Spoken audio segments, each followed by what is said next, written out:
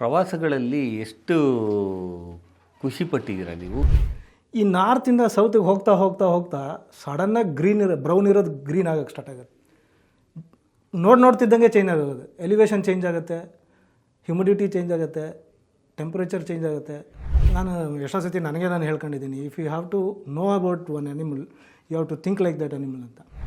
ನೀವು ಇವಾಗ ಕಾಡು ಎಲ್ಲ ಅಲಿದ್ರಿ, ನನಗೂ ಅಲಿಬೇಕು ಅಂತ ಆಸೆ. ಈ ಥರ ಓಡಾಡಬೇಕು ಅಂತ ಆಸೆ ಇಟ್ಕೊಂಡಿರೋರಿಗೆ ಸಫಾರಿ ಒಂದು ಅದ್ಭುತವಾದ ಆಪ್ಷನ್ ಇತ್ತು. ನಿಲ್ಸಿದ್ದು ಯಾಕೆ? ಈ ನಮ್ಮ ಗುಂಡ್ಲುಪೇಟೆಯಿಂದ ಟುವರ್ಡ್ಸ್ ವಯನಾಡು ಮತ್ತು ಊಟಿಗೆ ಹೋಗ್ತೀವಲ್ಲ, ಆ ಮಧ್ಯ ರೇಂಜಲ್ಲಿ ಬರುತ್ತೆ. ಇಲ್ಲಿ ರೈತರು ತೀರಾ ಹತ್ತಿರ ತನಕ, ಕಾಡಿನ ಹತ್ತಿರ ತನಕ ಬೆಳೆದ್ಬಿಟ್ಟಿದ್ದಾರೆ. ಸೈನ್ಸ್ ತಗೊಂಡು ನಾನೇನು ಮಾಡ್ಲಪ್ಪ ಉಪ್ಪಿನಕಾಯಿ ಹಾಕ್ಲ ಅಂತಾರೆ. ನೀನು ನನಗೆ ಎಕ್ಸ್ಪ್ಲನೇಷನ್ ಕೊಡಬೇಡ, ಹುಲಿ ಹೊರಗಡೆ ಬರ್ದಂಗೆ ನೋಡ್ಕೊಳ್ಳೋಕೆ ನೀನು ಅಪಾಯಿಂಟ್ ಮಾಡಿರೋದು ನಾವು.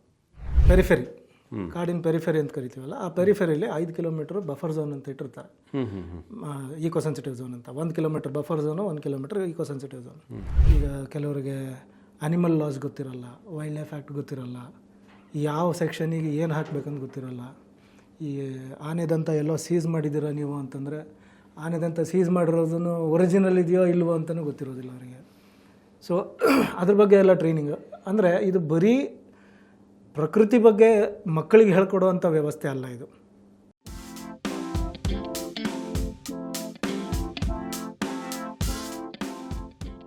ಸೊ ಇವಾಗ ಆನೆ ಹುಡುಕೊಂಡು ಸುಮಾರು ರಾಜ್ಯಗಳನ್ನೆಲ್ಲ ಓಡಾಡಿದ್ರಿ. ನಿಮ್ಮ ಪ್ರವಾಸದ ಬಗ್ಗೆ ಬರೋಣ. ಈಗ ಪ್ರವಾಸಗಳಲ್ಲಿ ಎಷ್ಟು ಖುಷಿ ಪಟ್ಟಿದ್ದೀರಾ ನೀವು? ಅಂದರೆ ಈ ಯಾವುದೋ ಈ ಕಾಡಿಂದ ಆ ಕಾಡಿಗೆ ಹೋಗಬೇಕು, ಹ್ಯಾಬಿಟ್ಯಾಟ್ ಚೇಂಜ್ ಆಗುತ್ತೆ, ಇಲ್ಲಿ ಬೆಳೆಯೋ ಗಿಡ ಮರಗಳೇ ಬೇರೆ, ಅಲ್ಲಿ ಬೆಳೆಯೋ ಗಿಡ ಮರಗಳೇ ಬೇರೆ, ಈ ಎಕ್ಸ್ಚೇಂಜ್ ಆಫ್ ಎಕ್ಸ್ಪೀರಿಯನ್ಸ್ ಬಗ್ಗೆ ಏನು ಹೇಳ್ಬೋದಾ? ಖಂಡಿತ. ಈಗ ನೋಡಿ, ನಾಗರಹೊಳೆ, ಬಂಡೀಪುರ, ವಾಯನಾಡು, ನೀವು ಶ್ರೀಮಂಗಲ ಕಡೆಯಿಂದ ಒಂದು ಕಡೆಯಿಂದ ಹೋಗ್ಬೋದು ನಾಗರಹೊಳೆಗೆ, ಕುಟ್ಟ ಶ್ರೀಮಂಗಲ. ಇನ್ನೊಂದು ಹುಣಸೂರು ಕಡೆಯಿಂದ ಹೋಗ್ಬೋದು. ಒಂದು ನಾರ್ತ್ ಎಂಟ್ರಿ, ಒಂದು ಸೌತ್ ಎಂಟ್ರಿ. ಈ ನಾರ್ತಿಂದ ಸೌತಿಗೆ ಹೋಗ್ತಾ ಹೋಗ್ತಾ ಹೋಗ್ತಾ ಸಡನ್ನಾಗಿ ಬ್ರೌನ್ ಇರೋದು ಗ್ರೀನ್ ಆಗೋಕ್ಕೆ ಸ್ಟಾರ್ಟ್ ಆಗುತ್ತೆ. ನೋಡ್ತಿದ್ದಂಗೆ ಚೇಂಜ್ ಆಗೋದು, ಎಲಿವೇಶನ್ ಚೇಂಜ್ ಆಗುತ್ತೆ, ಹ್ಯುಮಿಡಿಟಿ ಚೇಂಜ್ ಆಗುತ್ತೆ, ಟೆಂಪ್ರೇಚರ್ ಚೇಂಜ್ ಆಗುತ್ತೆ, ಫೋಲಿಯೇಜ್ ಚೇಂಜ್ ಆಗುತ್ತೆ, ಮರಗಿಡಗಳು ಚೇಂಜ್ ಆಗುತ್ತೆ. ಸಡನ್ನಾಗಿ ರೈನ್ ಫಾರೆಸ್ಟ್ಗೆ ಹೋಗ್ಬಿಟ್ಟಿರ್ತಾರೆ, ಅಂದರೆ ಹರಿದ್ವರ್ಣದ ಕಾಡಿಗೆ ಹೋಗ್ಬಿಟ್ಟಿರ್ತಾರೆ, ಎವರ್ಗ್ರೀನ್ ಫಾರೆಸ್ಟಿಗೆ. ಸೊ ಈ ಟ್ರಾನ್ಸಿಷನ್ ಏನಿದೆಯಲ್ಲ, ನೀವು ಅದಕ್ಕೆ ಹೇಳೋದು ದೇಶ ಸುತ್ತು ಕೋಶ ಓದು ಅಂತ. ಸೊ ಹಿಂಗೆ ಸುತ್ಕೊಂಡು ಹೋದಾಗಲೇ ನಮ್ಗೆ ಆ ಎಕ್ಸ್ಪೀರಿಯೆನ್ಸ್ ಗೊತ್ತಾಗೋದು, ಓ ಅಲ್ಲಿದ್ದರೆ ಹಿಂಗಿರಬೇಕು, ಇಲ್ಲಿದ್ದರೆ ಹಿಂಗಿರಬೇಕು ಅಂತ. ಸೊ ಆವಾಗ ನಾನು ಎಷ್ಟೋ ಸತಿ ನಾನು ಹೇಳ್ಕೊಂಡಿದ್ದೀನಿ, if you have to know about one animal you have to think like that animal ಅಂತ. ಸೊ ಆ ಕಾಡಲ್ಲಿ ಏನಾದರೂ ನಾನೇನಾದರೂ ಆನೆ ಆಗಿದ್ದಿದ್ರೆ ನಾನೇನು ಯೋಚನೆ ಮಾಡಿರ್ತಿದ್ದೆ. ಸೊ ಅದು ಬಹಳಷ್ಟು ಹೆಲ್ಪ್ ಆಗಿದೆ ನಮಗೆ. ಹಿಂಗೆ ನೀವು ಬರೀ ನಾನು ನಮ್ಮ ರಾಜ್ಯದ ಒಳಗಡೆ ಹೇಳಿದೆ. ಈ ರಾಜ್ಯದಿಂದ ರಾಜ್ಯಕ್ಕೆ, ಫಾರ್ ಎಕ್ಸಾಂಪಲ್ ಒಡಿಸ್ಸಾಗೆ ಹೋಗ್ತೀವಿ ಅಂತ ಇಟ್ಕೊಳ್ಳಿ. ಆ ಒಡಿಸ್ಸಾದಲ್ಲಿ ಈಗ ನಮ್ಮ ಥರ ಇರೋ ಕಾಡುಗಳಿಲ್ಲ ಅಲ್ಲಿ. ಅದು ಬರ್ತಾ ಬರ್ತಾ ಎಲಿವೇಶನ್ ಜಾಸ್ತಿ ಆಗ್ತಾ ಹೋಗುತ್ತೆ. ಸೊ ಅರ್ಧಕ್ಕರ್ಧ ಬರೀ ಇದಿದೆ, ಸಿ ಇದೆ ಈಸ್ಟರ್ನ್ ಸೈಡಲ್ಲಿ. ಸೊ ಅಲ್ಲಿಂದ ಟ್ರಾನ್ಸ್ಫಾರ್ಮ್ ಆಗೋಕ್ಕೆ ಸ್ಟಾರ್ಟ್ ಆಗುತ್ತೆ ಲ್ಯಾಂಡ್ಸ್ಕೇಪ್. ಅರ್ಧಕ್ಕರ್ಧ ಬರೀ ಡ್ರೈ ಲ್ಯಾಂಡೆ. ಆಮೇಲೆ ಸಡನ್ನಾಗಿ ಎವರ್ಗ್ರೀನ್ ಸ್ಟಾರ್ಟ್ ಆಗುತ್ತೆ. ಆ ಎವರ್ಗ್ರೀನ್ ಹೋಗಿ ಅಸ್ಸಾಮಿಗೆ ಟಚ್ ಆಗುತ್ತೆ. ಅಂದರೆ ಬ್ರಹ್ಮಪುತ್ರ ನದಿ ಆ ಕಡೆಯಿಂದ ಬರ್ತಿರುತ್ತೆ.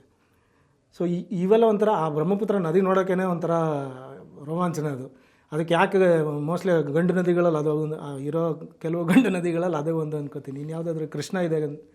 ಮೊನ್ನೆ ಅಸ್ಸಾಂ ಹೋದಾಗ 18 ನಿಮಿಷ ಈ ಕಡೆಯಿಂದ ಆ ಕಡೆ ಬ್ರಿಡ್ಜು, 18 ನಿಮಿಷ ಒಳ್ಳೆ ಸ್ಪೀಡಲ್ಲೇ ಇತ್ತು ಕಾರು, 18 ನಿಮಿಷ ತಗೊಂಡಿದ್ದೀವಿ ಸುಮ್ಮನೆ ಬ್ರಹ್ಮಪುತ್ರ ಕ್ರಾಸ್ ಮಾಡೋದಕ್ಕೆ. ಅಂದರೆ ಅಷ್ಟು ಅಗಲದ ನದಿ ಅದು.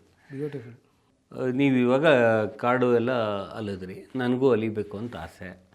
ಈ ಥರ ಓಡಾಡಬೇಕು ಅಂತ ಆಸೆ ಇಟ್ಕೊಂಡಿರೋರಿಗೆ ಸಫಾರಿ ಒಂದು ಅದ್ಭುತವಾದ ಆಪ್ಷನ್ ಇತ್ತು. ಈ ನಮ್ಮ ಕರ್ನಾಟಕದ ಸರ್ಕಾರ ಅಥವಾ ಫಾರೆಸ್ಟ್ ಡಿಪಾರ್ಟ್ಮೆಂಟು ಅಥವಾ ಇದು ಇವಾಗ ಬ್ಯಾನ್ ಮಾಡಿದ್ದಾರೆ. ಇವಾಗ ನಮಗೆ ಆ್ಯಕ್ಚುಲಿ ಏನು ಗೊತ್ತಾ, ಸಫಾರಿಯಿಂದ ಏನು ಯೂಸ್ ಆಗ್ತಿತ್ತು ಅಂದರೆ, ಮಕ್ಕಳಿಗೆ ಬೇಸಿಕಲಿ, ದೊಡ್ಡವ್ರಿಗೂ ಒಂದು ಅನಿಮಲ್ಲಿನ ಒಂದು ಇನ್ಫಾರ್ಮೇಷನ್ ಸಿಗೋದು, ಕಾಡು ಒಳಗಡೆ ಓಡಾಡಿದ ಇನ್ಫಾರ್ಮೇಷನ್ ಸಿಗೋದು, ಕಾಡು ಅಂದರೆ ಏನು ಒಂದೊಂದು ಎಕ್ಸ್ಪೀರಿಯೆನ್ಸ್ ಆಗೋದು. ಇದೆಲ್ಲ ನಿಲ್ಲಿಸ್ಬಿಟ್ಟಿದಾರಲ್ಲ, ಇದು ಯಾಕೆ ನಿಲ್ಸಿದ್ದು ಮತ್ತು ಯಾವಾಗ ಓಪನ್ ಆಗ್ಬೋದು ಏನಾದ್ರು ಯಾಕೆ ನಿಲ್ಸಿದ್ದು ಫಸ್ಟ್ ಮಾತಾಡೋಣ, ಆಮೇಲೆ ಯಾವಾಗ ಓಪನ್ ಆಗ್ಬೋದು ಅಂತ. ಓಪನ್ ಆಗಿದೆ, ಆಗಿದೆಯಾ ಈಗ? ಓಪನ್ ಆಗಿದೆ. ನಿಲ್ಸಿದ್ದು ಯಾಕೆ? ನಿಲ್ಲಿಸಿದ್ದು ಯಾಕೆ ಅಂದರೆ, ಈಗ ಹೆಡಿಯಾಲ ರೇಂಜ್ ಇದೆ ಬಂಡೀಪುರದಲ್ಲಿ, ಹೆಡಿಯಾಲ ಆಮೇಲೆ ಗುಂಡ್ರೆ ರೇಂಜು. ಈ ಎರಡು ರೇಂಜ್ಗಳಲ್ಲಿ ಇದು ನಾಡಿಗೆ ಹತ್ತಿರ ಆಗಿರ್ತಕ್ಕಂಥ ರೇಂಜ್ಗಳು. ಈ ನಮ್ಮ ಗುಂಡ್ಲುಪೇಟೆಯಿಂದ ಟುವರ್ಡ್ಸ್ ವಯನಾಡು ಮತ್ತು ಊಟಿಗೆ ಹೋಗ್ತೀವಲ್ಲ, ಆ ಮಧ್ಯ ರೇಂಜಲ್ಲಿ ಬರುತ್ತೆ. ಇಲ್ಲಿ ರೈತರು ತೀರಾ ಹತ್ತಿರ ತನಕ, ಕಾಡಿನ ಹತ್ತಿರ ತನಕ ಬೆಳೆದ್ಬಿಟ್ಟಿದ್ದಾರೆ. ಬಟ್ ಅವ್ರಿಗೆ ಪರ್ಮಿಷನ್ ಇದೆ, ಎಲ್ಲ ಅವ್ರ ತೋಟನೇ, ಅವ್ರ ಲೀಗಲ್ ಎನ್ಕ್ರೋಚ್ಡ್ ಅಲ್ಲ, ಎನ್ಕ್ರೋಚ್ಡ್ ಅಲ್ಲ, ಲೀಗಲ್ ಲ್ಯಾಂಡೇನೆ. ಬಟ್ ಈಕೋ ಸೆನ್ಸಿಟಿವ್ ಝೋನ್ ಅಲ್ಲಿ ತನಕ ಬಂದಿದೆ. ಬಟ್ ಈಕೋ ಸೆನ್ಸಿಟಿವ್ ಝೋನ್ ಅಂತಂದ್ರೂ ಏನು ಏಕೋ ಸೆನ್ಸಿಟಿವ್ ಅಂದರೆ, ನೀವು ಆ ಝೋನ್ ಒಳಗಡೆ ಯಾವುದೇ ಒಂದು ನೈಸರ್ಗಿಕ ವಾತಾವರಣನ ಚೇಂಜ್ ಮಾಡಿದರೆ ಅದು ಕೋರ್ ಝೋನಿಗೆ ಎಫೆಕ್ಟ್ ಆಗುತ್ತೆ, ಕಾಡಿಗೆ ಎಫೆಕ್ಟ್ ಆಗುತ್ತೆ ಅಂತ. ಅಂದರೆ ಪ್ರತಿಯೊಂದು ಕಾಡಿನ ಸುತ್ತ ಇರೋ ಜಾಗನ ಇದು? ಪೆರಿಫೆರಿ, ಕಾಡಿನ ಪೆರಿಫೆರಿ ಅಂತ ಕರಿತೀವಲ್ಲ, ಆ ಪೆರಿಫೆರಿಲಿ 5 ಕಿಲೋಮೀಟರ್ ಬಫರ್ ಝೋನ್ ಅಂತ ಇಟ್ಟಿರ್ತಾರೆ, ಈಕೋ ಸೆನ್ಸಿಟಿವ್ ಝೋನ್ ಅಂತ. 1 kilometre buffer zone, 1 kilometre eco sensitive zone. So ಈ ಈಕೋ ಸೆನ್ಸಿಟಿವ್ ಝೋನಲ್ಲಿ ನೀವು ಏನೇ ಒಂದು ಕಲ್ಲಿಂಗ್ ತಿರುಗಿಸಿದ್ರೂ ಅಲ್ಲಿ ಮೈಕ್ರೋ ಹ್ಯಾಬಿಟ್ಯಾಟಿಗೆ ಡಿಸ್ಟರ್ಬ್ ಆಗುತ್ತೆ, ಅದು ಒಳಗೆ ಎಫೆಕ್ಟ್ ಆಗುತ್ತೆ. ಸೊ ಹಾಗಾಗಿ ಅಲ್ಲಿ ಯಾವುದೇ ಡೆವಲಪ್ಮೆಂಟಲ್ ಆ್ಯಕ್ಟಿವಿಟೀಸ್ ಮಾಡಬಾರ್ದು ಅಂತ ಹೇಳಿ ನಾವು ವೈಲ್ಡ್ ಲೈಫ್ ಆ್ಯಕ್ಟಲ್ಲೂ ಡಿಫೈನ್ ಆಗಿದೆ, ಸರ್ಕಾರನೂ ಅದನ್ನು ಫಾಲೋ ಮಾಡ್ಕೊಂಡು ಹೋಗ್ತಿದೆ. ಈಗ ಅದೇನಾಗಿದೆ, ಈಕೋ ಸೆನ್ಸಿಟಿವ್ ಝೋನಿಗೆ ತುಂಬ ಹತ್ತಿರದಲ್ಲಿ ಬೆಳೀತಾ ಇದ್ದಾರೆ ರೈತರು.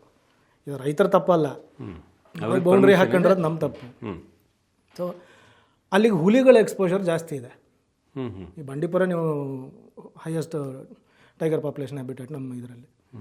ಸೊ 3-4 ಹುಲಿ ಒಂದಷ್ಟು ಜನನ ಕೊಂದುಬಿಡ್ತು. ಅದರಲ್ಲಿ ಇವರು ಸುಮಾರು ಒಂದು 15-20 ಹುಲಿಗಳು ಕ್ಯಾಪ್ಚರ್ ಮಾಡಿಬಿಟ್ರು. ಹೊಡೆದಿದ್ದು ಒಂದಷ್ಟು ಹುಲಿಗಳು. ಈಗ ಅದರಲ್ಲಿ ಯಾವ ಥರದಲ್ಲಿ ಅವ್ರು ಕ್ಯಾಪ್ಚರ್ ಮಾಡಿದ್ರು ಗೊತ್ತಿಲ್ಲ ನನಗೆ. ಸೈಂಟಿಫಿಕ್ಕಾಗಿ ಅದರದ್ದು ಸ್ಕ್ಯಾಟ್ ಅನಾಲಿಸಿಸ್ ಮಾಡಿ ಅದರಲ್ಲಿ ಹ್ಯೂಮನ್ ಫ್ಲೆಶ್ ಸಿಕ್ಕಿದ್ರೆ ಅಥವಾ ಹ್ಯೂಮನ್ DNA ಸಿಕ್ಕಿದ್ರೆ ಅಂಥದನ್ನು ನಾವು ಟ್ರ್ಯಾಕ್ ಮಾಡ್ಕೊಂಡು ಹೋಗಿ ಹಿಡಿಬೇಕಾದ್ದು. ಇವ್ರು ಹಂಗೆ ಮಾಡಿದ್ರೋ ಇಲ್ವೋ ನನಗೆ ಗೊತ್ತಿಲ್ಲ. ಬಟ್ ಕೊಂದಿದ್ದು 3-4 ಹುಲಿಗಳು.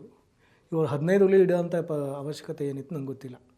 15 ಹುಲಿ ಅಂತ ಹೇಳ್ತಾರೆ, ಆ ಲೆಕ್ಕಾಚಾರನೂ ಗೊತ್ತಿಲ್ಲ ನನಗೆ. ಸೊ ಇದು ಏನಾಗೋಯ್ತು, ರೈತರೆಲ್ಲ ಆಕ್ರೋಶ ಶುರು ಮಾಡಿದ್ರು. ಅಂದರೆ ಜನನ ಬಂದು ಸಾಯಿಸ್ತಾವೆ, ಹಿಡೀರಿ ಅಂತ.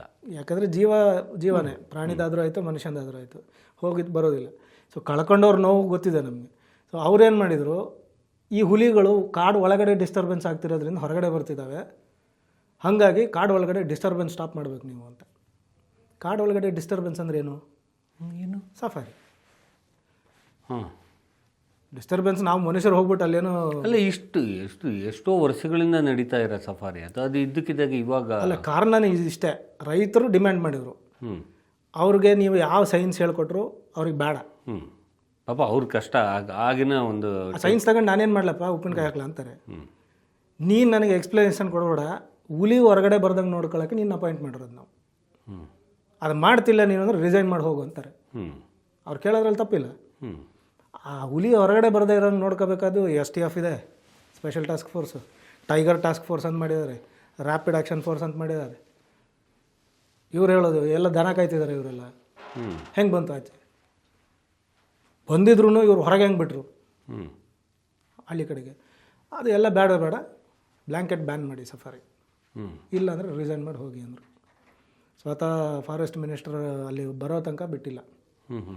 ಆಮೇಲೆ ಆ ರೈತರು ಒತ್ತಡಕ್ಕೆ ಮಾಡಿದ್ದು ನಮ್ಮ ಸರ್ಕಾರ ನಿಲ್ಲಿಸ್ತು. ನೋಡೋಣ ಹುಲಿಗಳು ಬರ್ತಾವೋ ಇಲ್ವೋ. ಏನೋ ಯೂಸ್ ಆಯ್ತು ಅದರಿಂದ. ಅದಾದಮೇಲೆ ಇನ್ಸಿಡೆಂಟ್ ಕಡಿಮೆ ಆಗೋಯ್ತು. ಐ ಡೋಂಟ್ ನೋ, ಕಾಕ್ತಾಳಿವಾಗೋ ಅಥವಾ. ಫಸ್ಟ್ ಕ್ವಶನ್ ಇವಾಗ ಅದು ಯಾಕೆ ಬಂದವು ಹುಲಿಗಳು ಯಾಕೆ ಬಂದವು? ಅದೇ ಹೇಳೋದಲ್ಲ, ತುಂಬ ಕ್ಲೋಸ್ ಇದೆ ಫಾರೆಸ್ಟ್ಗೆ ಅದು.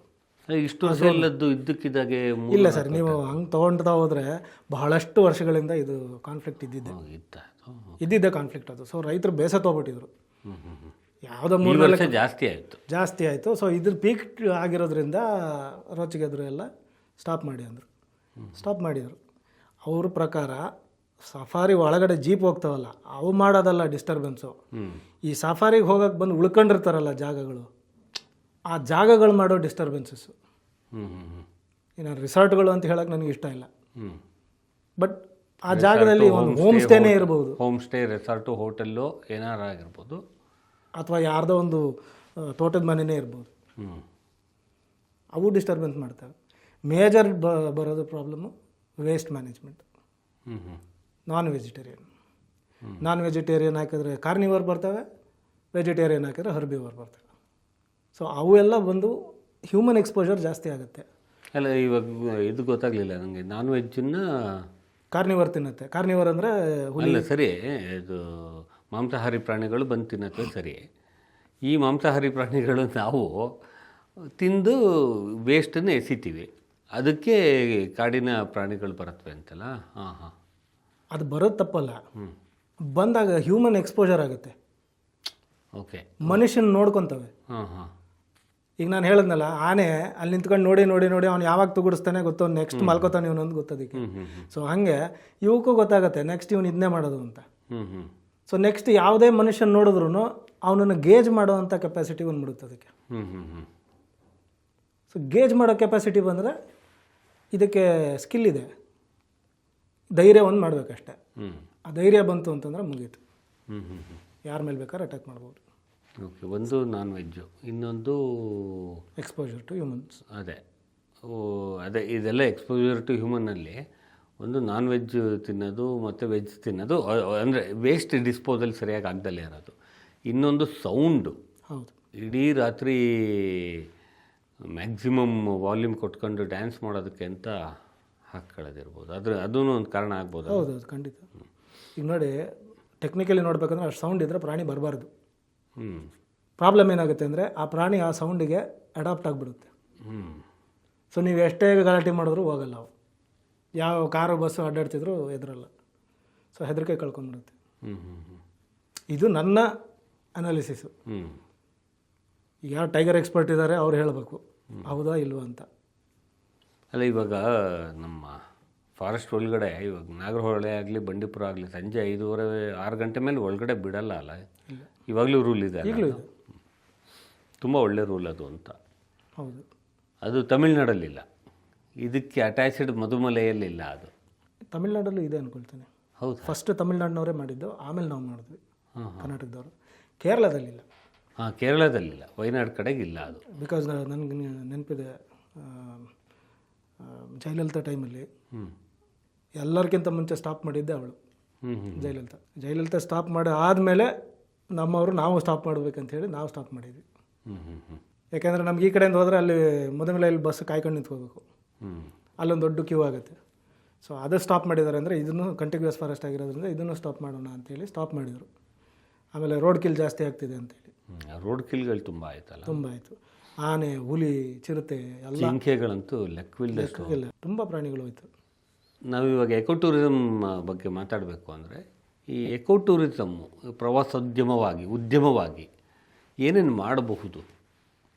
ಈಕೋ ಟೂರಿಸಮ್ ಅಂತಂದರೆ ನೋಡಿ, ನಮ್ಮಲ್ಲಿ ಫಾರೆಸ್ಟ್ ಬೇಸ್ಡ್ ಗೆಸ್ಟ್ ಹೌಸ್ಗಳಿದ್ದಾವೆ. ಅದಕ್ಕೆ ಅಂತಲೇ ಈಗ ನಾನು ಹೇಳಿದೆಲ್ಲ 10% 20% ಫಾರೆಸ್ಟ್ದು ಏರಿಯಾದಲ್ಲಿ ಎಜುಕೇಷನ್ ಪ್ರೋಗ್ರಾಮ್ಸ್ ಮಾಡ್ಬೋದು ಅಂತೇಳಿ. ಸೊ ಫಾರೆಸ್ಟ್ ಡಿಪಾರ್ಟ್ಮೆಂಟ್ದೇ ಜಾಗದಲ್ಲಿ ಅಲ್ಲಿನೇ ಒಂದು ನೇಚರ್ ಕ್ಯಾಂಪ್ ಮಾಡಿರ್ತಾರೆ. ಆ ನೇಚರ್ ಕ್ಯಾಂಪಲ್ಲಿ ಈಕೋ ಟೂರಿಸಮ್ ಮಾಡ್ಬೋದು, ಯಾಕಂದರೆ ಮ್ಯಾನೇಜ್ಮೆಂಟ್ ಈಸಿ ಇರುತ್ತೆ. ಇದು ಪ್ರೈವೇಟ್ ಕೈಗೆ ಹೋಗಬಾರ್ದು. ಅಂದರೆ ಇವಾಗ ನಮ್ಮ ಜಂಗಲ್ ಲಾಡ್ಜಸ್ ಆ್ಯಂಡ್ ರಿಸಾರ್ಟು ಒಂದು ಅದರಲ್ಲಿ JLR ಫಾರೆಸ್ಟ್ ಒಳಗೆ ಇರುತ್ತಲ್ವಾ? JLR ಫಾರೆಸ್ಟ್ ಒಳಗಡೆ it is part of forest. But ಅಲ್ಲಿ ಅಂದರೆ ಪೆರಿಫೆರಿಲೇ ಇರುತ್ತೆ, ಯಾವುದು ಕೋರ್ ಏರಿಯಾದಲ್ಲಿ. ಕೋರಲ್ಲಿರಲ್ಲ, ಕೋರಲ್ಲಿದ್ದರೆ APC ಮಾತ್ರ, ಆ್ಯಂಟಿ ಪೌಚಿಂಗ್ ಕ್ಯಾಂಪ್ಗಳು ಮಾತ್ರ. ಅಲ್ಲ, ಈಗ JLRನು ಅಲ್ಲೂ ತುಂಬ ಸ್ಟ್ರಿಕ್ಟಾಗಿ ನೋಡ್ಕೋತಾರಲ್ಲ. ಹೌದೌದು, ಡ್ರಿಂಕಿಂಗ್ ಹ್ಯಾಬಿಟ್ ಆಗಲಿ, ನಾನ್ ವೆಜ್ ಅಲೌಡ್ ಅನ್ಸುತ್ತೆ, ಬಟ್ ಅದು ಡಿಸ್ಪೋಸಲ್ ಸರಿಯಾಗಿ ಮಾಡ್ತಾರೆ ಅಲ್ವಾ? ಹೌದು, ಡಿಸ್ಪೋಸಲ್. ಯಾಕಂದರೆ ಗಾಡಿ ಬರುತ್ತೆ, ಗಾಡೀಲಿ ಡಿಸ್ಪೋಸ್ ಮಾಡ್ತಾರೆ, ತೊಗೊಂಡೋಗಿ ಟೌನ್ಶಿಪ್ಪಿಗೆ ಬರುತ್ತೆ ಅದು. ಸೊ ಅದು ಯಾಕೆ ಹೇಳ್ತಿದ್ದೀನಿ ಅಂದರೆ, ಸರ್ಕಾರದ ಒಳಗಡೆ ಇದ್ದರೆ ಮ್ಯಾನೇಜ್ಮೆಂಟ್ ಈಸಿ ಆಗುತ್ತೆ, ಅಡ್ಮಿನಿಸ್ಟ್ರೇಷನ್ ಈಸಿ ಆಗುತ್ತೆ. ಇಷ್ಟ ಬಂದಂಗೆ ಎಲ್ಲರಿಗೂ ಮಾಡೋಕ್ಕೆ ಬಿಡೋದಿಲ್ಲ. ಬಟ್ ಪ್ರೈವೇಟೈಸ್ ಆದಾಗ ಅಲ್ಲಿ ಜನ ಫಾರೆಸ್ಟನ್ನೇ ಇನ್ವೆಸ್ಟ್ಮೆಂಟ್ ಮಾಡ್ಕೊಂಡ್ಬಿಡ್ತಾರೆ, ಅದು ತಪ್ಪು. ಈಗ ನೀವೆಲ್ಲ ಒಂದು ನದಿ ಹರಿತಾ ಇದೆ ಅಂತಂದರೆ ಅದರ ಪಕ್ಕದಲ್ಲಿ ಕ್ಯಾಂಪ್ ಹಾಕ್ಕೊಂಡು ನೀವು ಹಿಮಾಲಯದಲ್ಲಿ ಮಾಡ್ಬೋದು, ಅಲ್ಲೂ ರೂಲ್ಸ್ ಆ್ಯಂಡ್ ರೆಗ್ಯುಲೇಷನ್ಸ್ ಫಾಲೋ ಮಾಡ್ತಾರೆ. ಖಂಡಿತ ಇದೆ ಅಲ್ಲಿ. ಅದೇ ಪ್ರೈವೇಟೈಸ್ ಆಯಿತು ಅಂತಂದರೆ ಯಾವ ರೂಲ್ಸು ಇಲ್ಲ. ಈಗ ನೀವು ಹೇಳ್ದಂಗೆ DJ ಮ್ಯೂಸಿಕ್ಕು 12 ಗಂಟೆ 1 ಗಂಟೆ ತನಕ ಆ ಬಂಡೀಪುರ ಬೌಂಡ್ರಿಯಲ್ಲೇ ನಾವು ನೋಡಿದ್ದೀವಿ, ಎಷ್ಟೊಂದಿದ್ದಾವೆ. ಕಬಿನಿ ಬೌಂಡ್ರಿಲಿ ನೋಡಿದ್ದೀವಿ, ನಾಗರಹೊಳೆ ಬೌಂಡ್ರಿಲಿ ನೋಡಿದ್ದೀವಿ, ಸಿಕ್ಕಾಪಟ್ಟೆ ಇದ್ದಾವೆ. ಈ ರೆಗ್ಯುಲೇಷನ್ ಮಾಡೋಕ್ಕೆ ಸರ್ಕಾರ ಏನಾದರೂ ಒಂದು ನಿಯಮಗಳನ್ನು ತರಬೇಕು. ಅದು ಬೇಕು, ಆದರೆ ನನ್ನ ಇದ್ರ ಪ್ರಕಾರ ಈಕೋ ಸೆನ್ಸಿಟಿವ್ ಝೋನ್ ಒಳಗಡೆ ಇರಲೇಬಾರ್ದು ಇವು ಯಾವುವು. ಈಕೋ ಸೆನ್ಸಿಟಿವ್ ಝೋನಿಂದ ಹೊರಗೆ ಮಾಡ್ಕೊಳ್ಳಿ, ಅಲ್ಲಿ ಲ್ಯಾಂಡ್ ತಗೊಳ್ಳಿ. ಅಂದರೆ ಆ ಒಂದು ಫಾರೆಸ್ಟಿಂದ ಒಂದು 5-6 ಕಿಲೋಮೀಟ್ರ್ ಮಿನಿಮಮ್ ದೂರದಲ್ಲಿ, ಮಿನಿಮಮ್ ಮಿನಿಮಮ್ 5-6 ಕಿಲೋಮೀಟ್ರ್ ದೂರದಲ್ಲಿ ಇರಬೇಕು.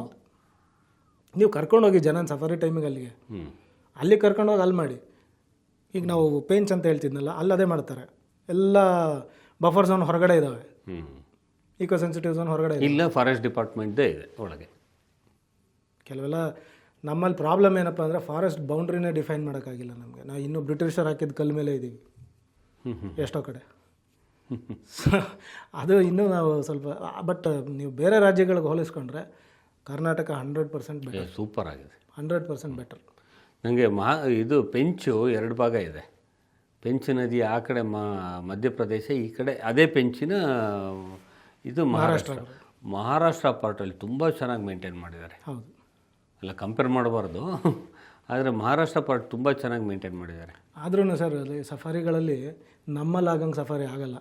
50 ಜೀಪ್ ನಿಂತ್ಕೊಂಡಿರ್ತವೆ, 150 200 ಒಂದೊಂದು ಝೋನ್ಗಳಲ್ಲಿ ನೀವು ನೋಡಿಬಿಟ್ರೆ ನಾನ್ ಸ್ಟಾಪ್ ಬರ್ತಿರತ್ವೆ. ಮತ್ತು ಅಲ್ಲಿ ಹುಲಿಗಳು ಅದೇ ಹ್ಯಾಬಿಟ್ಟು ಅಭ್ಯಾಸ ಆಗ್ಬಿಟ್ಟಿದೆ ಮನುಷ್ಯರದ್ದು. ಆಮೇಲೆ ಅಟ್ಟಿಸ್ಕೊಂಡು ಹೋಗ್ತಾರೆ ಇವ್ರು ಜೀಪಲ್ಲಿ. ಅಟ್ಟಿಸ್ಕೊಂಡು ಹೋಗ್ತಾರೆ. ಅಲ್ಲೆಲ್ಲೋ ಸಿಗ್ತಿದೆ ಅಂದರೆ 30 ಕಿಲೋಮೀಟ್ರ್ ಒಳಗಡೆ, ವೈಲ್ಡ್ ಲೈಫ್ ಆ್ಯಕ್ಟ್ ಪ್ರಕಾರ ಒಳಗಡೆ ಫಾರೆಸ್ಟ್ ಡಿಪಾರ್ಟ್ಮೆಂಟ್ ಜೀಪ್ ಆದ್ರೂ 30 ಕಿಲೋಮೀಟ್ರ್ಗಿಂತ ಜಾಸ್ತಿ ಸ್ಪೀಡಲ್ಲಿ ಹೋಗಂಗಿಲ್ಲ. ನಾನು ನೋಡಿದ್ದೀನಿ 50-60 ಸ್ಪೀಡಲ್ಲಿ ಹೋಗಿರೋದು ಇವು. ರಿವರ್ಸ್ 60 ಕಿಲೋಮೀಟ್ರ್ ಸ್ಪೀಡಲ್ಲಿ ಬಂದಿದ್ದಾನೆ. ರಿವರ್ಸು ನಾವು ನಿಂತಿದ್ದು, ನಾವು ಕೂತಿದ್ದು ಜೀಪು ರಿವರ್ಸೇ 60 ಕಿಲೋಮೀಟ್ರ್ ಬಂದಿದ್ದಾನೆ ಬಿಡಿ. I am not surprised. But ಅದೇನು ಗೊತ್ತಾ, ಅಲ್ಲಿ ಒಂದು ಜಾಬ್ ಆಪರ್ಚುನಿಟಿ ಕೊಟ್ಟಿದ್ದಾರೆ. ಜಿಪ್ಸಿ ಅಂದರೆ ಅದಕ್ಕೆ ಸಫರಿಗೆ ಬೇಕಾದ ಜಿಪ್ಸಿ ವೆಹಿಕಲ್ ಅವನದ್ದು ಇದ್ದರೆ ಅಂದರೆ ಅವನು ಪರ್ಚೇಸ್ ಮಾಡಿದ್ದಾರೆ, ಅವನಿಗೆ ಅಲ್ಲೊಂದು ಜಾಬ್ ಇದೆ. ಅಂದರೆ ಅಲ್ಲಿ ಲೋಕಲ್ಸ್ಗೆ ಮತ್ತು ಟ್ರೈಬಲ್ಸ್ಗೆ ಜಾಬ್ ಆಪರ್ಚುನಿಟಿ ಕೊಟ್ಟಿದ್ದಾರೆ. ಅದು ಇಲ್ಲೂ ಕ್ರಿಯೇಟ್ ಮಾಡಬಹುದು. ನಮ್ಮಲ್ಲೂ ಇದೆ. ನಮ್ಮಲ್ಲೂ ಇದೆಯಾ? ನಮ್ಮಲ್ಲೂ ಇದೆ. ನೀವು ಅಟ್ಲೀಸ್ಟ್ 60% ಟ್ರೈಬಲ್ ಬೇಸ್ಡ್ ಇರಬೇಕು ಸಫಾರಿ ಜೀಪ್ಗಳು. ಡಿಪಾರ್ಟ್ಮೆಂಟ್ ಜೀಪ್ ಬೇರೆ. ನಮ್ಮಲ್ಲಿ ಟೈಗರ್ ರಿಸರ್ವ್ ಒಳಗಡೆ ಆ ಥರ ಸಪ್ರೇಟ್ ಜೀಪ್ ಇಟ್ಕೊಂಡವ್ರಿಗೆ ಬಿಡೋದಿಲ್ಲ. ಫಾರೆಸ್ಟ್ ಡಿಪಾರ್ಟ್ಮೆಂಟ್ ಜೀಪನ್ನೇ ಡ್ರೈವರ್ ಆಗಿ ಅವ್ರನ್ನ ತಗೊಳ್ತಾರೆ. ಬಟ್ ಅಲ್ಲಿ ಬೇರೆ, ನೀವು ಜೀಪ್ ಇಟ್ಕೊಂಡ್ರೆ ನಿಮ್ಮ ಜೀಪು, ಗೈಡು, ಡ್ರೈವರು ಎಲ್ಲರಿಗೂ ಸಪ್ರೇಟು. ಸೊ ಆ ಥರ ಅಲ್ಲಿ ಮಾಡಿದ್ದಾರೆ. ಅದೇ ಥರ ದಾಂಡೇಲಿಯಲ್ಲಿ ಮಾಡಿದ್ದಾರೆ ನೋಡಿ. ದಾಂಡೇಲಿಲಿ ಜೀಪ್ ಇದೆ, ಬಿಕಾಸ್ ಅದಿನ್ನೂ ಟೈಗರ್ ರಿಸರ್ವ್ ಅಂತ ಇದಾಗಿಲ್ಲ. ಒಳಗಡೆ ಇದೆ ಖಾಲಿ ಟೈಗರ್ ರಿಸರ್ವ್. ಇದು ಬಫರ್ ಝೋನಲ್ಲಿ ಇವ್ರನ್ನ ಬಿಡ್ತಾರೆ, ಯಾರು ಟ್ರೈಬಲ್ಸ್ನ, ಅವ್ರದ್ದೇ ಜೀಪು, ಅದೆಲ್ಲ ಒಂದು ಲೆಜರ್ ಇರುತ್ತೆ. ಸೇಮ್ ಸಿಸ್ಟಮ್ ಮಾಡಿದ್ದಾರೆ ಕರ್ನಾಟಕದಲ್ಲೂ. ಯಾಕೆಂದರೆ ಅಲ್ಲಿ ಅಷ್ಟು ಟೂರಿಸ್ಟ್ಸ್ ಹೋಗೋದಿಲ್ಲ ಈ ನಮ್ಮ ಬಂಡೀಪುರ ನಾಗರಹೊಳೆಗೆ ಬಂದಷ್ಟು. ಸೊ ಅಲ್ಲಿ ಕಡಿಮೆ ಜನ ಬರ್ತಾರೆ. ಅಲ್ಲಿ ಸೈಟಿಂಗ್ ಇಲ್ವಲ್ಲ, ಹುಲಿ ಕಾಣಲ್ವಲ್ಲ. ಕರೆಕ್ಟ್. ಬಟ್ ಜನಕ್ಕೆ ಹುಲಿ ಇತ್ತೀಚೆಗೆ ಅಲ್ಲೊಂದು ಬ್ಲ್ಯಾಕ್ ಲೆಪರ್ಡ್ ಬೇರೆ ಕಾಣಿಸ್ತಾ ಇದೆ. So Dandeli is known for black leopard. ಇವಾಗ ನಮ್ಮ ಕಮ್ಯುನಿಲಿ ಏನು ಬ್ಲ್ಯಾಕ್ ಲೆಪರ್ಡ್ ಬರ್ತಿತ್ತಲ್ಲ, ಸಾಯ ಮತ್ತು ಇದು ಅಂತ, ಆ ಥರ ಅದರಲ್ಲಿ ಒಂದು ಬ್ಲ್ಯಾಕ್ ಲೆಪರ್ಡ್ ಸಡನ್ ಆಗಿ ಅಪಿಯರ್ ಆಗಿದೆ. ಇದೇನಾ? ಇಲ್ಲ, ಇದಕ್ಕೂ ಅದಕ್ಕೂ ಕನೆಕ್ಷನ್ ಇಲ್ಲ. And they are all territorial. ಆಮೇಲೆ ಮೆಲನಿಸ್ಟಿಕ್ ಲೆಪರ್ಡ್ ಅಂತ ಕರಿತೀವಿ ನಾವು. ಅದೇನು ಬೇರೆ ಸ್ಪೀಷೀಸ್ ಅಲ್ಲ, ಅದು ಚಿರತೆನೆ. ಅದ್ರ ಮೇಲೂ ಚುಕ್ಕೆ ಇರುತ್ತೆ. ಮೆಲನಿನ್ ಡಿಫಿಷಿಯನ್ಸಿಯಿಂದ ಅದು ಮೆಲನಿನ್ ಜಾಸ್ತಿಯಾಗಿ, ಡಿಫಿಷಿಯನ್ಸಿ ಅಲ್ಲ ಜಾಸ್ತಿಯಾಗಿ. ಕರೆಕ್ಟು. ಈಗ ನೋಡಿ ಹುಲಿದೂ ಸ್ಟಾರ್ಟ್ ಆಗಿದೆ ಮಧ್ಯಪ್ರದೇಶಲ್ಲಿ. ಸ್ಟ್ರೈಪ್ಸ್ ಆಗ್ಬಿಟ್ಟಿದೆ. So the entire tiger appears black. Okay. ಇದು interbreeding in result. is a result of interbreeding. If at all the cat is mating with the same bloodline cat, then this kind of pigmentations happen. So ಅದು ಮೆಲನಿಸ್ಟಿಕ್ ಲೆಪರ್ಡೂ ಅಷ್ಟೇ. ಇಂಟರ್ಬ್ರೀಡಿಂಗ್ ಅಂದಾಗ ಅವಾಗಲೇ ಹೇಳಿದಾಗ ಆನೆ, ಹೆಣ್ಣಾನೆಗಳು ಮರಿ ಒಂದು 10-12 ವರ್ಷಕ್ಕೆ ಬಂದಾಗ, ಮೆಚ್ಯೂರಿಟಿ ಬರೋ ಸ್ಟೇಜಿಗೆ ಬಂದಾಗ ಸೂಡೋ ಮೌಂಟಿಂಗ್ ಮಾಡುತ್ತೆ ಅಂತ. ಅವಾಗ ಅದನ್ನು ಹೊರಗಡೆ ಹಾಕೋದನ್ನು ಬಹುಶಃ ಇದೇ ಕಾರಣಕ್ಕೆ. ಖಂಡಿತ ಇದೆ ನೋಡಿ. ಆನೆಗಳಿಗೆ ಇದು ಇಂಟೆಲಿಜೆನ್ಸು, ಬೆಕ್ಕುಗಳಿಗಿಲ್ಲ. ಯಾಕೆಂದರೆ ಇಟ್ ಈಸ್ ಮ್ಯಾಟ್ರಿಯಾರ್ಕಲ್. ಹೆಣ್ಣನ್ನು ನೋಡ್ಕೊಳ್ಳೋದ್ರಿಂದ ಅವಕ್ಕೆ ಏನು ಏನು ಇದಾಗುತ್ತೋ, ಕಂಫರ್ಟಬಲು ಮತ್ತು ಒಳ್ಳೇದಾಗುತ್ತೋ ಅವನ್ನು ಅಷ್ಟನ್ನು ಮಾತ್ರ ಮಾಡ್ತವೆ. ಎಜುಕೇಷನಲ್ ಟೂರಿಸಮು ಒಂದಿದೆ. ಅಂದರೆ ನಾನು ಸುಮಾರು ಜನ ಮಕ್ಕಳಿಗೆ ಮುಂಚೆ ಎಜುಕೇಷನ್ ಟೂರಿಸಮ್ ಅಂತ ಫಾರೆಸ್ಟಿಗೆ ಕರ್ಕೊಂಡೋಗಿ ಅಲ್ಲಿ 8, 9, 10ನೇ ಕ್ಲಾಸಿನ ಬಯಾಲಜಿ ಪಾಠನ 3 ವರ್ಷದ ಪಾಠನ ಒಂದು ಅಥವಾ 2 ದಿನದಲ್ಲಿ ಮುಗಿಸಿ ಕಳಿಸ್ತಾ ಇದ್ದೆ ವಿತ್ ನೇಚರ್ ಎಜುಕೇಷನ್. ಸೊ ನಿಮ್ಮದೇ ಈಗ ಒಂದು ಆರ್ಗನೈಸೇಷನ್ ಇದೆ, ಅದ್ರ ಮೂಲಕನೂ ಸಾಕಷ್ಟು ಮಾಡ್ತಾ ಇದ್ದೀರಾ ಈ ಥರ ಕಾರ್ಯಕ್ರಮ. ಅದ್ರ ಬಗ್ಗೆ ಹೇಳಿ. ಅಂದರೆ ಅದೊಂದು ಪ್ರವಾಸವಾಗಿ ಹೊರಗಡೆ ಕರ್ಕೊಂಡು ಹೋಗೋದು, ಮಕ್ಕಳಿಗೆ ಎಜುಕೇಷನ್ ಕೊಡೋದು, ಎಜುಕೇಷನಲ್ ಪ್ರವಾಸ, ಎಕೋ ಪ್ರವಾಸ, ಏನು ಬೇಕಾದ್ರೂ ಹೇಳ್ಬೋದಲ್ಲ ಅದಕ್ಕೆ. ಈ ಸಂಸ್ಥೆ ಶುರು ಮಾಡೋದಕ್ಕಿಂತ ಮುಂಚೆನೇ ನಾನು ಆನೆ ಹಿಂದೆ ಬಿದ್ದಿದ್ದಾಗಲೇ ಆ ಕಾನ್ಸರ್ವೇಷನ್ ಕೆಲಸ ಮಾಡಬೇಕಾದ್ರೆ ನಮಗೆ ಅನಿಸಿದ್ದೇನಪ್ಪ ಅಂದರೆ, ಇಲ್ಲಿ ಕಾಡು ಒಳಗಡೆ ಕಾನ್ಸರ್ವೇಷನ್ ನಾವು ಮಾಡ್ಬೋದು, ಬಟ್ ಎಫೆಕ್ಟು ನಾಡಿಂದ ಆಗಬೇಕು ಅಂತ. ಸೊ ನಾಡಿನ ಜನತೆಗೆ ಅದರ ಅವೇರ್ನೆಸ್ ಇಲ್ಲ ಅಂತಂದರೆ ನಾವು ಯಾವುದೇ ಕಾರಣಕ್ಕೂ ಕಾನ್ಸರ್ವೇಷನ್ ಮಾಡೋಕ್ಕಾಗಲ್ಲ ಅನ್ನೋದು ಮನವರಿಕೆ ಆಗಿ ಈ ಒಂದು ಸಂಸ್ಥೆನ ಹುಟ್ಟಾಕ್ದೆ ನಾನು. ಒಂದು 5 ಜನ ಇದ್ದೀವಿ ನಾವು. Foundation for ecology and education development ಅನ್ನೋ ಹೆಸರಲ್ಲಿ, ಶಾರ್ಟ್ ಫಾರ್ಮಲ್ಲಿ ಫೀಡ್ ಅಂತ ಕರಿತೀವಿ ನಾವು. ಅಂದರೆ ಎಲ್ಲರಿಗೂ ಊಟ ಹಾಕುವಂಥ, ಜ್ಞಾನದ ಊಟ ಹಾಕುವಂಥ ಪ್ರಯತ್ನ ನಾವು ಮಾಡ್ತಿದ್ದೀವಿ ಅನ್ನೋ ಹಂಗೆ. ಸೊ ಅದರಲ್ಲಿ ಈಗೊಂದು 13 ವರ್ಷದಿಂದ ಸಣ್ಣ ಮಕ್ಕಳಿಂದ ಹಿಡಿದು ಸುಪ್ರೀಂ ಕೋರ್ಟ್ ಜಡ್ಜ್ವರೆಗೂ ಎಜುಕೇಟ್ ಮಾಡ್ಕೊಂಡು ಬಂದಿದ್ದೀವಿ ನಾವು. ಪೊಲೀಸ್ ಆಫೀಸರ್ಸು, ಈಗ ಕೆಲವರಿಗೆ ಅನಿಮಲ್ ಲಾಸ್ ಗೊತ್ತಿರಲ್ಲ, ವೈಲ್ಡ್ ಲೈಫ್ ಆ್ಯಕ್ಟ್ ಗೊತ್ತಿರಲ್ಲ, ಯಾವ ಸೆಕ್ಷನಿಗೆ ಏನು ಹಾಕಬೇಕಂತ ಗೊತ್ತಿರಲ್ಲ. ಈ ಆನೆದಂತ ಎಲ್ಲೋ ಸೀಸ್ ಮಾಡಿದ್ದೀರಾ ನೀವು ಅಂತಂದರೆ, ಆನೆದಂತ ಸೀಸ್ ಮಾಡಿರೋದನ್ನು ಒರಿಜಿನಲ್ ಇದೆಯೋ ಇಲ್ವೋ ಅಂತಲೂ ಗೊತ್ತಿರೋದಿಲ್ಲ ಅವರಿಗೆ. ಸೊ ಅದ್ರ ಬಗ್ಗೆ ಎಲ್ಲ ಟ್ರೈನಿಂಗ್. ಅಂದರೆ ಇದು ಬರೀ ಪ್ರಕೃತಿ ಬಗ್ಗೆ ಮಕ್ಕಳಿಗೆ ಹೇಳ್ಕೊಡುವಂಥ ವ್ಯವಸ್ಥೆ ಅಲ್ಲ ಇದು. ಇದೊಂದು ಪ್ಲ್ಯಾಂಡ್ ವರ್ಕ್ಶಾಪ್. ಈಗ ನೀವು ಯಾವುದೋ ಒಂದು ಫೈರ್ ಫೈಟರ್ಸ್ ಇರ್ತಾರೆ, ಅವ್ರಿಗೆ ನಾವು ಆ್ಯನಿಮಲ್ ರೆಸ್ಕ್ಯೂ ಹೇಳ್ಕೊಡ್ತೇವೆ. ನೀವು ಫೈರ್ ಫೈಟರ್ಸು ನಿಮಗೆ ಆ್ಯಕ್ಸಸ್ ಇರುತ್ತೆ, ನಿಮ್ಮ ಎಲ್ಲ ಎಕ್ವಿಪ್ಮೆಂಟ್ಸ್ ಇರುತ್ತೆ ನಿಮಗೆ. ಸೇವ್ ಮಾಡೋದು, ಪ್ರಾಣಿ ಸೇವ್ ಮಾಡೋದು it is one of your duty. So ಹದ್ದು ಎಲ್ಲೋ ಸಿಗಾಕೊಂಡಿದೆ, ಈಗ ಮಾಂಜಾದಾರ ಬರುತ್ತೆ ಕೈಟು ಸಂಕ್ರಾಂತಿ ಟೈಮಲ್ಲಿ, ಅವು ಎಷ್ಟು ಹದ್ದುಗಳದ್ದು ರೆಕ್ಕೆ ಕಟ್ ಮಾಡಿದೆಯೋ ಗೊತ್ತಿಲ್ಲ ನನಗೆ. ಸೊ ಹಂಗೋಗಿ ಸಿಗಾಕೊಂಡ್ರು ಹದ್ದುಗಳು ರೆಸ್ಕ್ಯೂ ಮಾಡೋದು ಹೆಂಗೆ ಅನ್ನೋದನ್ನು ಮಿಡರಲ್ಲಿ ರೆಸ್ಕ್ಯೂ ಮಾಡೋದು ಕಷ್ಟ. ಸೊ ಅದು ಟ್ರೈನಿಂಗ್ ಕೊಡ್ತೀವಿ. ದೆನ್ ಎಷ್ಟೋ ಜನ ಹಾವು ಹಿಡಿಯೋಕ್ಕೆ ಹೋಗಿ ಕಚ್ಚಿಸ್ಕೊತಾರೆ. ಸೊ ಅವೇರ್ನೆಸ್ ಅಬೌಟ್ ಸ್ನೇಕ್ಸ್ ಕೊಡ್ತಿದ್ದೀವಿ. We are training people about how to humanly treat animals. ಈಗ ನಾನು ಕ್ಯೂಪಾದಲ್ಲೂ 1 ವರ್ಷ ಮ್ಯಾನೇಜರಾಗಿ ಕೆಲಸ ಮಾಡಿದ್ದೆ. ಕಂಪ್ಯಾಷನ್ ಅನ್ಲಿಮಿಟೆಡ್ ಪ್ಲಸ್ ಆ್ಯಕ್ಷನ್ ಅಂತ ಒಂದು ಸಂಸ್ಥೆ ಇದೆ ಹೆಬ್ಬಾಳಲ್ಲಿ. ಅದು ಬರೀ ಸಾಕು ಪ್ರಾಣಿಗಳನ್ನು ರೆಸ್ಕ್ಯೂ ಮಾಡೋಂಥ ಕೆಲಸ, ಟ್ರೀಟ್ ಮಾಡೋಂಥ ಕೆಲಸ ಮಾಡ್ತಾಯಿದ್ದೆ. ಸೊ ಅಲ್ಲಿ ನನಗೆ ಡೊಮೆಸ್ಟಿಕ್ ಅನಿಮಲ್ಸ್ ಪ್ರಾಬ್ಲಮ್ ಗೊತ್ತಾಯಿತು. ಸೊ ಅದರಲ್ಲಿ ನಿಮಗೆ ಆ್ಯನಿಮಲ್ ಲಾಸ್ ಯಾವುದ್ಯಾವುದಿದೆ, ಈಗ ನಿಮಗೆ prevention of cruelty to animal ಅಂತಿದೆ, PCA. ಆ ಆ್ಯಕ್ಟ್ ಭಾಳ ಜನಕ್ಕೆ ಗೊತ್ತೇ ಇಲ್ಲ. ಯಾರೋ ಕಲ್ತ್ಕೊಂಡು ನಾಯಿ ಹೊಡಿತಿದ್ದಾರೆ ಅಂತಂದ್ರೆ ಅದ್ರ ಮೇಲೂ FIR ಹಾಕ್ಬೋದು ಅನ್ನೋದು ಗೊತ್ತಿಲ್ಲ. ಸೊ ಅದ್ರದ್ದು training process, legal training process. ಮಕ್ಕಳನ್ನು ನಾವು ಕರ್ಕೊಂಡೋಗಿ ಟಚ್, ಫೀಲ್, ಸ್ಮೆಲ್ಲು, ಸೈಟ್, ಈ ಕಾನ್ಸೆಪ್ಟ್ ಮೇಲೆ ಅವರನ್ನು ಕರ್ಕೊಂಡೋಗಿ ಪ್ರಕೃತಿಲಿ ಕೂರಿಸಿ ಪ್ರಕೃತಿಲಿ ಏನೇನು ಅನುಭವಿಸ್ಬೋದು ಅನ್ನೋದನ್ನು ಹೇಳ್ಕೊಡೋ ಪ್ರಯತ್ನ. ಎಲ್ಲೆಲ್ಲಿ ಕರ್ಕೊಂಡು ಹೋಗ್ತೀರಾ ಮಕ್ಕಳನ್ನ? ನಾವು ಈ ಮಕ್ಕಳನ್ನ ಆದಷ್ಟು ಈ ಪ್ರೊಟೆಕ್ಟೆಡ್ ಏರಿಯಾ ಕರ್ಕೊಂಡು ಹೋಗಲ್ಲ. ಈಗ ನಾ ಈಕೋ ಸೆನ್ಸಿಟಿವ್ ಝೋನ್ ಅಂತ ಹೇಳಿದ್ನಲ್ಲ, ಆ ಝೋನ್ ಹೊರಗಡೆ ಇರೋ ಗದ್ದೆಗಳೇ ಸಾಕು. ಈ ನಮ್ಮ ಮನೆ ಹಿತ್ತಲೇ ಸಾಕು ಅನ್ನೋದನ್ನು ಹೆಂಗೆ, ಈಗ ಹಿತ್ತಲ ಕಾನ್ಸೆಪ್ಟ್ ಇಲ್ಲ ಬಿಡಿ ಬೆಂಗಳೂರಲ್ಲಿ.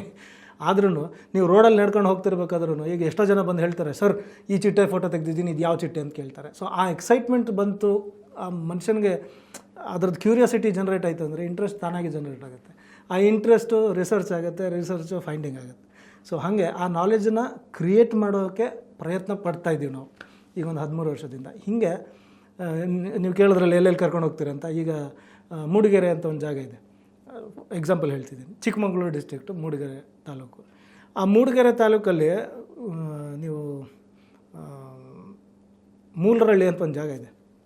ಆ ಹಳ್ಳಿ ಹೆಂಗಿದೆ ಅಂದರೆ ಅರ್ಧಕ್ಕರ್ಧ ಕಾಡು, ಗದ್ದೆಗಳಿದಾವೆ ಮಧ್ಯದಲ್ಲಿ. ಹಿಂಗೆ ನೋಡಿದ್ರೆ ಅಲ್ಲಿಂದ ಬೆಟ್ಟ ಶುರು ಆಗುತ್ತೆ. It's starting of western Ghats.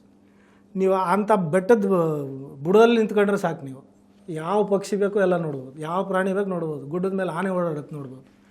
ರಾತ್ರಿ ಹೊತ್ತು ಎಲ್ಲೋ ಚಿರತೆಗೆ ಹೋಗೋದು ಕೇಳುತ್ತೆ, ಅಲ್ಲಿರೋರೇ ಕೇಳಿಸ್ಕೊಂಡಿರಲ್ಲ. ನಾಯಿ ಎತ್ಕೊಂಡೋಯ್ತು ಅಂತಿರ್ತಾರೆ. ಇನ್ನು ನಾಯಿ ಎತ್ಕೊಂಡೋಯ್ತು ಅಂದರೆ ಚಿರತೆ ಕೂಗೋದು ಕೇಳಲ್ವಾ, ಚಿರತೆ ಬರೋದು ಗೊತ್ತಾಗಲ್ವಾ? ಕ್ಯಾಮ್ರಾ ಟ್ರ್ಯಾಪಿಂಗ್ ಹಾಕಿದೆ ಎಲ್ಲಿ? ಹಳ್ಳಿಗಳಲ್ಲಿ. ಅದಕ್ಕೂ ಪರ್ಮಿಷನ್ ಬೇಕು, ಬಟ್ ನಾನು ಯಾವುದೂ ದುರುದ್ದೇಶದಿಂದ ಹಾಕ್ತಿಲ್ಲ. ಅಲ್ಲಿ ಇದಾವೋ ಇಲ್ವೋ, ನಾಯಿ ಎತ್ಕೊಂಡು ಹೋಗ್ಬಾರ್ದು ಅನ್ನೋದಕ್ಕೆ ಒಂದು ಸೊಲ್ಯೂಷನ್ ಹುಡುಕ್ಬೇಕು. ಅದಕ್ಕೆ ಕ್ಯಾಮ್ರಾ ಟ್ರಾಪಿಂಗ್ ಹಾಕಿ ಪ್ರೂವ್ ಆಯಿತು ಅಲ್ಲಿದೆ ಅಂತ. ಸೊ ಅವ್ರಿಗೆಲ್ಲ ಅವೇರ್ನೆಸ್, ಚಿರತೆ ಬಂದರೆ ಏನು ಮಾಡಬೇಕು, ಯಾಕೆ ಅದನ್ನು ಕೊಲ್ಲಬಾರ್ದು, ರಾತ್ರಿ ಹೋಗ್ಬೇಕಾದ್ರೆ ಕೋಲ್ ಇಟ್ಕೊಂಡು ಹೋಗಬೇಕು, ಲೈಟ್ ಇಟ್ಕೊಂಡು ಹೋಗಬೇಕು, ಒಬ್ಬರು ಹೋಗೋ ಬದಲು 4 ಜನ ಹೋಗಬೇಕು, ಇಬ್ಬರು ಹೋಗಿ ಮಾತಾಡ್ಕೊಂಡು ಹೋಗಿ, ಇದೆಲ್ಲ ಅವೇರ್ನೆಸ್ ಪ್ರೋಗ್ರಾಮ್ಸ್. ಹಳ್ಳಿಗಳಲ್ಲಿ ಬೀದಿ ನಾಟಕ ಮಾಡ್ತಿದ್ದೀವಿ. ಸೊ ಈ ಥರ ಭಾಳಷ್ಟು ಏನಂತಾರೆ ವೆರೈಟಿ ವೇರಿಯೇಷನ್ಸ್ ಇಟ್ಕೊಂಡು ಒಂದಷ್ಟು ಎಜುಕೇಷನ್ ಪ್ರೋಗ್ರಾಮ್ಸ್ ಮಾಡೋಂಥ ಪ್ರಯತ್ನನ ಈಗ ಒಂದು 13 ವರ್ಷದಿಂದ ಮಾಡ್ತೀವಿ. Education tour nature education tour. Corporates ಎಷ್ಟೋ ಜನ ಕ್ಯೂರೇಟ್ ಮಾಡ್ತೀನಿ ನಾನು. ಕ್ಯೂರೇಟ್ ಅಂದರೆ ಈಗ ಕೆಲವ್ರಿಗೆ ಕಪ್ಪೆಗಳ ಬಗ್ಗೆ ಇಂಟ್ರೆಸ್ಟ್ ಇರುತ್ತೆ. ಸೊ ನಾವು ಹರ್ಪಿಂಗ್ ಅಂತ ಮಾಡ್ತೀವಿ. ನೀವು ಅಗೇನ್ ಯಾವುದೋ ಪ್ರೊಟೆಕ್ಟೆಡ್ ಏರಿಯಾಗೆ ಹೋಗೋದು ಬೇಡ, ಯಾವುದೋ ಒಂದು ಕಾಫಿ ತೋಟಕ್ಕೆ ಹೋದರೆ ಸಾಕು, ನಿಮ್ಗೆ ಅಲ್ಲೆಲ್ಲ ಕಪ್ಪೆ ಸಿಕ್ಕೋಗುತ್ತೆ. So that is a secondary biodiversity what we have.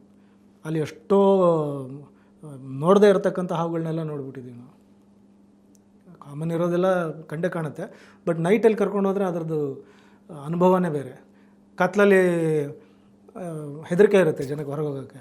ಆ ಹೆದರಿಕೆಯಿಂದ ಹೊರಗೆ ಬರೋದು ಒಂದಾದರೆ, ಸೈಕಲಾಜಿಕಲ್ ಅಡ್ವಾಂಟೇಜ್ ಒಂದಾದರೆ, ರಾತ್ರಿಲೂ ಕಾಡು ಎಷ್ಟು ಚೆನ್ನಾಗಿರುತ್ತೆ ಅನ್ನೋದು ಅನುಭವಿಸ್ಬೋದು. ಸೊ ಅದು ಕಾರ್ಪೊರೇಟ್ಸಿಗೆ ಆ ಕೆಲಸ ಮಾಡ್ತಿದ್ದೀವಿ. ಬಟ್ ನಾವು ಈ ಚಾರ್ಜ್ ಮಾಡ್ತೀವಿ ಅನ್ನೋದಕ್ಕಿಂತ ನಮಗೆ ಸೆನ್ಸಿಬಲ್ ಪೀಪಲ್ ಬೇಕು, ಕಲಿಯೋಕ್ಕೆ ಇಂಟ್ರೆಸ್ಟ್ ಇರಬೇಕು, ಕಾಡಿನ ಬಗ್ಗೆ ಒಂದು ಅಭಿಮಾನ ಇರಬೇಕು, ಅದ್ರ ಬಗ್ಗೆ ಒಂದು ಹೆಮ್ಮೆ ಇರಬೇಕು. ಅಂಥವ್ರನ್ನ ಕರ್ಕೊಂಡೋಗಿ ನೀವು ಏನು ಹೇಳ್ಕೊಟ್ರು they are like empty book. ನೀವೇನು ಬರೀತೀರೋ ಅದೇ ರಿಜಿಸ್ಟರ್ ಆಗುತ್ತೆ. ನೀವು ಒಳ್ಳೆ ಟೀಚಿಂಗ್ ಆಗಿದ್ದೀರಾ, then you can definitely convey your message. So ಇದು ಈ ಈಕೋ ಟೂರಿಸಮಲ್ಲಿ ಇದು ವೆರಿ ಇಂಪಾರ್ಟೆಂಟ್ ಕೆಲಸ.